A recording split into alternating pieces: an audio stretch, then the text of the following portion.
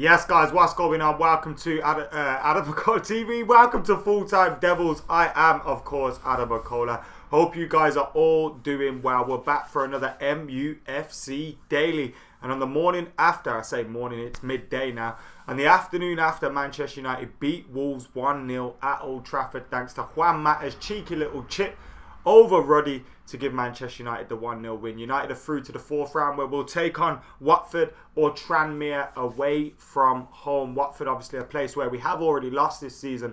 So it's not ideal, but nevertheless, when you look at Watford or Tranmere away, it's a good opportunity for Manchester United to progress into the fifth round of the FA Cup, which is always a nice thing to be. And of course, this season, with United obviously not doing very well in the league, in contrast to obviously most of the time in the Premier League, but you know, fifth is where we'd probably expect to be, but we're not doing well in the league. We're not going to win the league, so you have to look at the cup competitions for success. The Europa League could not only bring a trophy and Champions League football, but the FA Cup as well is a massive cup competition, and if we could get a trophy under the belt this season, it'd be a big boost to the players and of course the manager as well. But we're here to look at that game against Wolves and of course pick the bones out of Marcus Rashford's injury.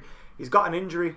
He took a knock to the back, which means that he could be missing out of that game against Liverpool on Sunday. Was it worth the risk in bringing Marcus Rashford on against Wolves? I'll tell you why I think it was worth the risk and why I do think we should have brought Marcus Rashford on in that game, simply because when you're looking at Marcus Rashford, we needed to win the game. We needed to win the game. It was that simple. We needed to win the game against Wolves, and at that point, 0-0 in the game, we needed a difference. We needed someone to change things, and Marcus Rashford could have been that guy. And ultimately, we scored when we did make that change. So I thought it was the right decision. You can never predict when someone's going to get a knock or an injury, and obviously he has got a knock, which is disappointing. But I feel like the Wolves game was more important than that Liverpool game. Anyway, we ain't winning the league. We could win the FA Cup though, so I'm not with a lot of the criticism towards Ollie in that one. We've also got the Bruno Fernandes updates as well, which we'll be bringing you a little bit later on into this show. Make sure you're getting your comments in right now on MUFC Daily as well. Get your comments in. I'll try and read as many of those out as possible. We got Michael Wood in the comments saying we needed the extra quality and bringing on Marcus Rashford made sense. Steve Holland says give Ollie time. Lamin says any news about Bruno, and we will talk about Bruno very, very soon. Kush, thank you for jumping in the comments. Bobby, the t-shirt artist, says hope Rashford is fit. I hope Rashford is fit. Wish, that's why I said fish. Wish his injury was a mind game tactic to pull the wool over Liverpool's eyes. The fact that he got substituted on and substituted off again, obviously it isn't mind games, but we could turn it into mind games if we know that he will be fit and we can start saying we're not sure whether he will or not. But whether Rashford's fit or not, it's going to be a difficult game. Obviously, it's a little bit more easier if we've got Marcus Rashford, who is one of our best players in the team, especially when the injuries we've already got out. And when you're looking at the midfield, our midfield is shot to bits. We've got no midfield. Now, Matic and Fred have been playing all right recently. They've not been doing too badly. I don't mind that. But Pogba, McTominay not being available, Bruno Fernandes not being signed yet, and we will have that Bruno Fernandes information a little bit later on today as well. We'll keep it going with the comments. Let's hear some of your thoughts after that game. We've got Bobby Edwards in there, says Bruno deal needs to get done soon so we can move on to other targets. Whether there will be other targets in this window remains to be seen, but you're bang on. We need to get the deal done. It's Bruno Day, says Stephen in the comments. Minnie's in the comments as well. Bruno Day.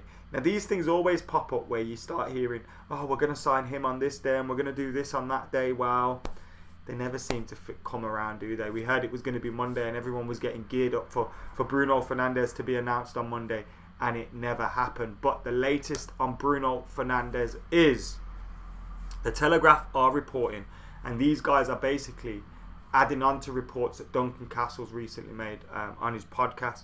So the Telegraph are reporting that Manchester United have agreed personal terms with Bruno Fernandes over a transfer in this January transfer window. Duncan Castles in his podcast said his agent's confident that the move will be done in this January transfer window. Sporting are dragging their heels a little bit because they want the player to be involved in Friday's game against Benfica. And that's weird. If he gets injured, you miss out on a massive deal. But nevertheless, it looks like he will probably be playing in that game for Sporting against Benfica tomorrow night in Portugal. So Bruno Fernandes has agreed terms with United. His agent seems to think the deal is going to be done, but United need to agree a fee with Sporting Lisbon. Now, we've been in this position before. I remember at the start of the season, the rumours were everything was agreed. We need to agree a fee with Sporting Lisbon. We had done everything with the player, and he wanted to play in a game against Benfica. Well, the club wanted him to play in the game against Benfica before he made that move. Deja vu, we're back here again now. Obviously, in the summer, those reports could have been lies. These reports could be lies, but if they are true, then we could have Bruno Fernandes signed up towards the back end of this week or on Monday. Wouldn't surprise me if the club, if we did lose against Liverpool, it wouldn't surprise me if the club announced it straight after that, just to take the heat off the Liverpool defeat. But that's me being very, very sceptical. Bruno Fernandes, though, the latest being United have agreed terms with Bruno Fernandes, and we're now just trying to agree that fee with Sporting Lisbon. The signs are there's going to be no players involved in a loan deal. There's been talk about Angel Gomez, Andreas Pereira, Marcos Rojo potentially going to Sporting Lisbon.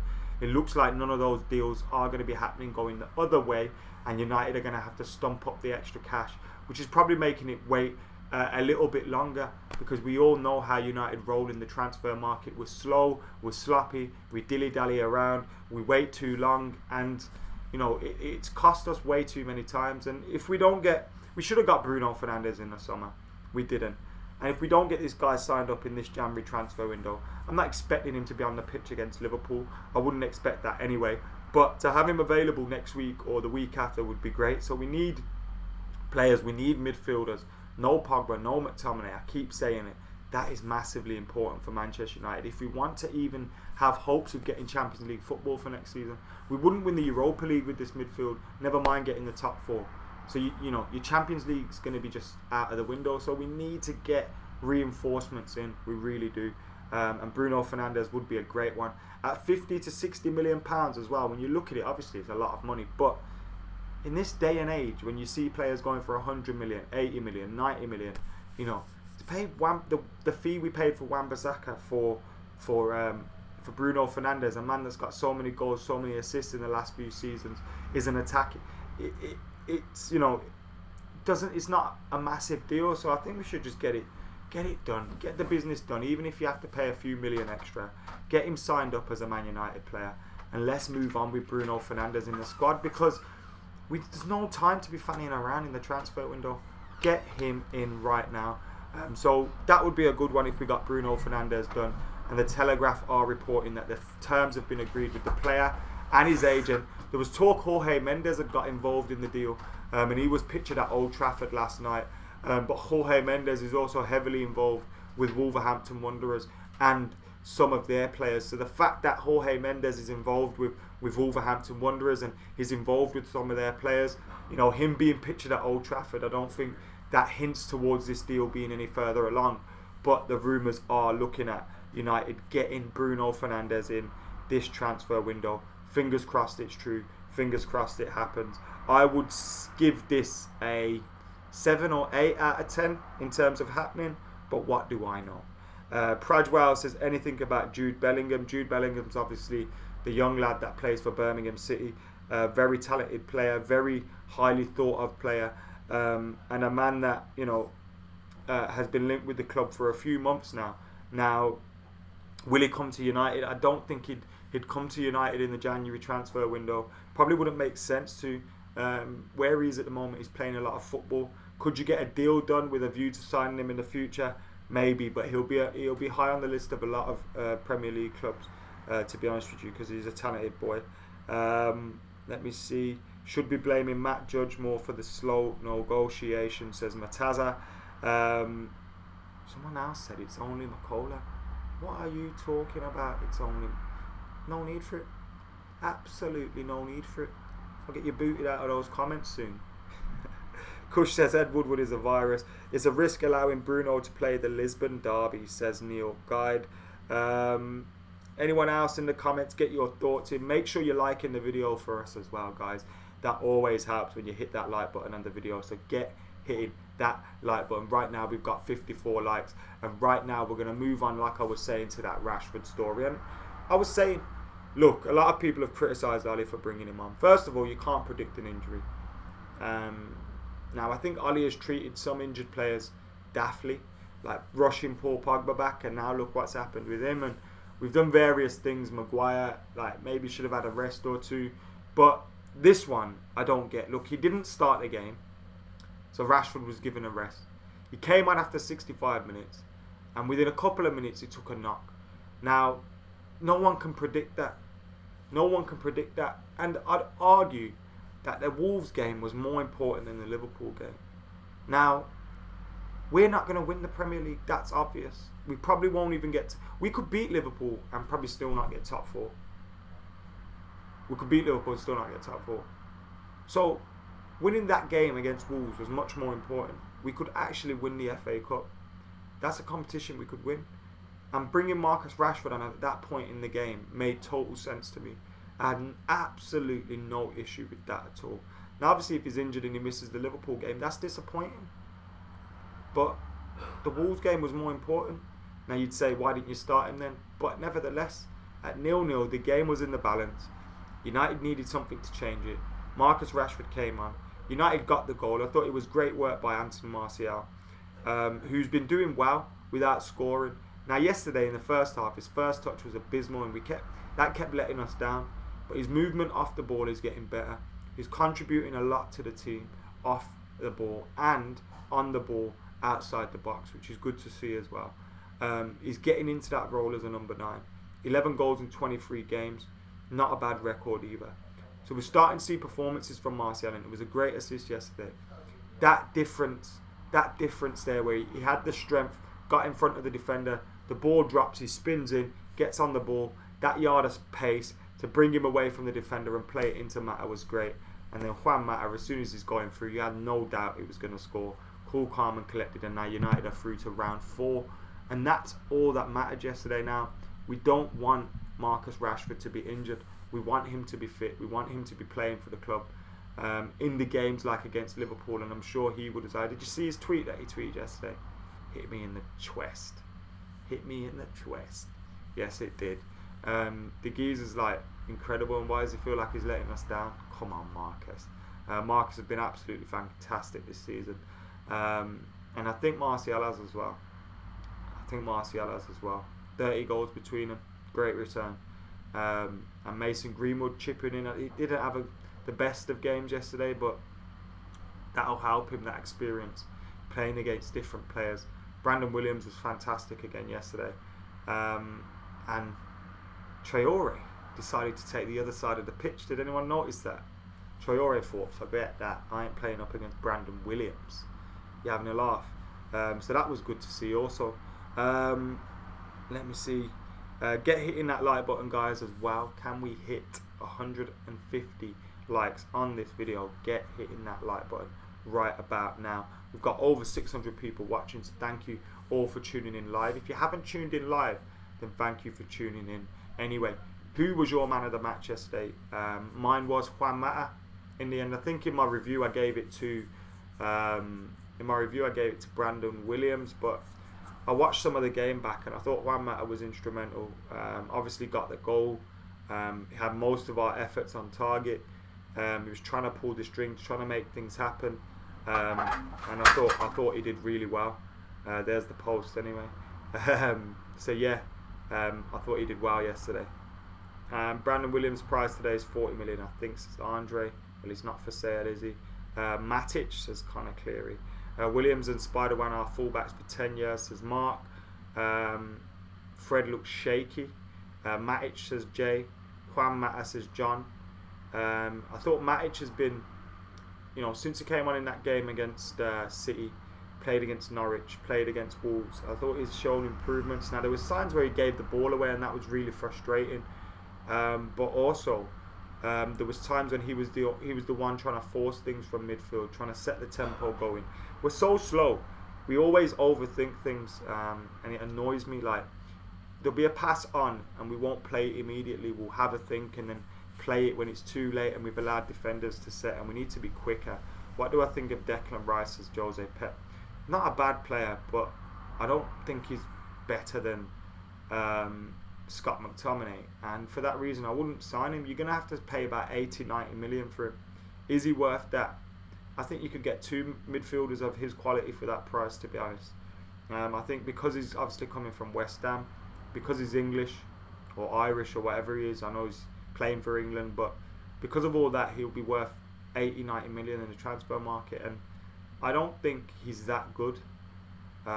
So I wouldn't pay that much for him. I wouldn't want to see him come to Man United for that price, but he's a decent talent who could go on to have a good career. But 80-90 million, which is what the talk is, no thank you. And we're talking about Bruno Fernandes for 50-60 million, and look what he's done so far in his career. It's mental really when you see the price of English players. Like to see AWB in a back three, and let's get Laird in at wing back, says James Lowry. That is a possible position for AWB, the kind of Kyle Walker role where he's played for, I think, England and City, just one of the three centre halves, and it allows you to become like, your defence then can shift into a back four, and you can become a right back and push your right wing back on as a winger, which is always obviously a good change to make in a game if you're pushing for a goal or you're trying to force things, or if you need to change shape. Do you think we'll buy more than one player this month, says Gungshi? Unfortunately, I don't. I think it might just be Bruno Fernandes now. To be fair, I wouldn't have expected anything in this month. So if we do get Bruno Fernandes, that's more than I expected, and I'd be happy with that. I totally go with the whole only sign players that you would sign in the summer. I totally go with that. There's no point forcing any signings that we wouldn't usually make. Bruno Fernandes is a talented player that I'd take in the summer, I'd take in January, and if we can make it and that happen now, we really should. Anyway guys, thank you for tuning in to Full Time Devils. Make sure you're liking, commenting, sharing and subscribing to the channel as well. Remember, we will be live if anything pops off with Bruno Fernandes or any other transfer, so make sure you're keeping it locked to Full Time Devils. Hit that subscribe button, hit that notification button, and for now, I've been Adam McKola, and before I get out of here, make sure you check out the fan cams from yesterday. Some people have been experiencing audio difficulties. Now, I assure you it's nothing to do with producer Nick being on the beers and absolutely messing everything up. It's something to do with YouTube. Now, when I watch the videos on my phone, there's no audio issues at all. Some people have been experiencing them though. I've watched them on the laptop, on my phone, had no problems. Some people have said if they watch them with headphones in, because they've got the sound issues, they put headphones in and the sound is magically there. So as you can see, it isn't a Full Time Devils issue. It is a YouTube issue, but that's one way of resolving it. Anyway guys, I am still Adam McKola Sebastian. No, my third name isn't Sebastian. I was answering the question from Sebastian.